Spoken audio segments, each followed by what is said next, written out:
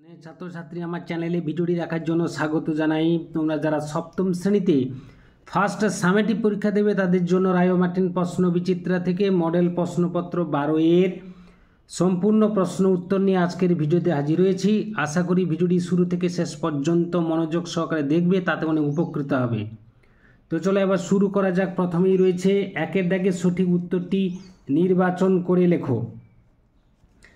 একের এক, ছন্দে শুধু কান রাখো কবিতাটি রচনা করেছেন, সঠিক উত্তর হবে কয়ের দাগে অজিত দত্ত। পরবর্তী প্রশ্ন, একের 12 দাগে গণেশের ছোট ছেলের বয়স কত ছিল, সঠিক উত্তর হবে গণেশের ছোট ছেলের বয়স ছিল 168 বছর। পরবর্তী প্রশ্ন, একের 3 দাগে তাম্র শব্দটির অর্থ কি, তাম্র শব্দটির অর্থ হচ্ছে পদ্ম।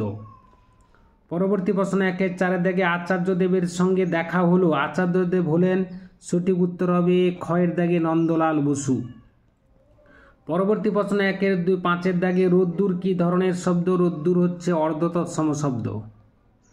পরবর্তী প্রশ্ন, একের 6 দাগে সুনামি শব্দটি এসেছে কোথা থেকে, সুনামি শব্দটি এসেছে জাপানি ভাষা থেকে। পরবর্তী প্রশ্ন, 2 দাগে কম বেশি 20টি শব্দে নিচের প্রশ্নগুলি উত্তর দাও। ছন্দ শোনা যায় না কখন কবির ভাবনায় আর ছন্দ শোনা যায় না, উত্তরটা আমরা দুটো জেনে নেব। লিখবে, আমাদের মন যদি মন্দ কথার দিকেই সবসময় চলে যায়, তা যদি কেবল দ্বন্দ্ব অর্থাৎ কলহ বিবাদের মধ্যেই আটকে থাকে, তাহলে তখন আর কোনো ছন্দই আমাদের কানে আসে না। 2 থেকে প্রশ্ন, আমি পৃথিবীকে বাঁচানোর চেষ্টা করছি, বক্তা কিভাবে পৃথিবীকে বাঁচানোর চেষ্টা করেছিল। বিজ্ঞানের অতিরিক্ত বাড়াবাড়ির জন্য কবিতা, গান, ছবি আঁকার মতো মানবিক গুণগুলি পৃথিবী থেকে হারিয়ে যেতে বসেছিল। মানুষ আবেগ জলাঞ্জলি দিয়ে ক্রমশ যান্ত্রিক হয়ে পড়েছিল, তাই সুকুমার শিল্পের প্রসার ঘটিয়ে পাগলা গণেশ পৃথিবীকে বাঁচানোর চেষ্টা করছিল। পরবর্তী প্রশ্ন, 2-3 দাগে এ মিনতি করি পদে কবি কার কাছে কি প্রার্থনা করেছিলেন, উত্তর হবে কবি মাইকেল মধুসূদন দত্ত জন্মভূমি বা বঙ্গমাতার কাছে প্রার্থনা জানিয়েছেন। জীবনে চলার পথে যদি কোনো প্রমাদ বা ত্রুটি ঘটে, তাহলে যেন বঙ্গমাতা কবিকে স্মরণে রাখেন বা মনে রাখেন, অর্থাৎ মধুসূদন যেন বঙ্গজননীর হৃদয় থেকে কখনো মুছে না যান। পরবর্তী প্রশ্ন, 2-4 দাগে কি দিয়ে রামকিঙ্কর রঙের প্রয়োজন মেটাতেন, গাছের পাতার রস, বাটনা বাটা শিলের হলুদ, মেয়েদের পায়ের আলতা, মুড়ি ভাজা খোলার চাঁচা ভূষকালি, এসব দিয়ে শিল্পী রামকিঙ্কর রঙের প্রয়োজন মেটাতেন। পরবর্তী প্রশ্ন, 2-5 দাগে মুন্ডমাল শব্দ কাকে বলে, উদাহরণ দাও। একাধিক শব্দের প্রথম বর্ণ বা অক্ষরটি নিয়ে সেগুলো যোগ করে একটি শব্দ গড়ে তোলা হলে তাকে মুন্ডমাল শব্দ বলা হয়। যেমন রয়েছে গসাগু, এটা হচ্ছে মুন্ডমাল শব্দ গসাগু। গরিষ্ঠ সাধারণ গুণনীয়ক, গরিষ্ঠের গ, সাধারণের সা, গুণনীয়কের গু নিয়ে হয়ে গেছে মুন্ডমাল শব্দ গসাগু। সেই রকম IPL, এটি হচ্ছে মুন্ডমাল শব্দ ইন্ডিয়ান প্রিমিয়ার লিগ। তারপরে গয়ের দাগে প্রশ্ন নয়, গয়ের দাগে আরেকটি উদাহরণ আমি তোমাদের সুবিধার্থে দিয়েছি, গুগা বাবা, অর্থাৎ গুপি গাইন বাঘা বাইন, এই গুগা বাবা হলো মুন্ডমাল শব্দ। পরবর্তী প্রশ্ন, 2-6 দাগে তৎসম শব্দ তদ্ভব শব্দের মধ্যে একটি পার্থক্য লেখো। তৎসম, যে সংস্কৃত ভাষা থেকে তৎসম শব্দ সরাসরি বাংলায় এসেছে, যেমন শিক্ষা, বন্ধু, মিত্র, কৃষ্ণ ইত্যাদি।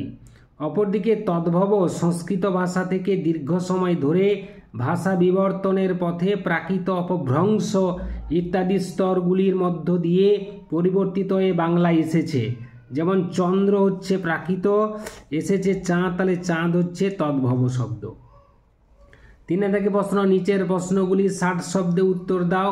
3-1, পাগলা গণেশ গল্পে সভ্যতার কোন সমস্যার দিকে ইঙ্গিত রয়েছে, গণেশ কেন অমর হয়ে গেল। প্রথম প্রশ্ন উত্তর, শীর্ষেন্দু মুখোপাধ্যায় রচিত পাগলা গণেশ নামক কল্পবিজ্ঞানধর্মী গল্পে দেখা যায় মানব সভ্যতা বিজ্ঞানের হাত ধরে সুদূর ভবিষ্যতে উন্নতির শিখরে পৌঁছেছে। এই পরিস্থিতিতে বিজ্ঞানের বাড়াবাড়ি এবং মানব মনের সৃষ্টিশীলতার মৃত্যু হওয়ার সমস্যাটিকে ইঙ্গিতবাহী করে তোলা হয়েছে।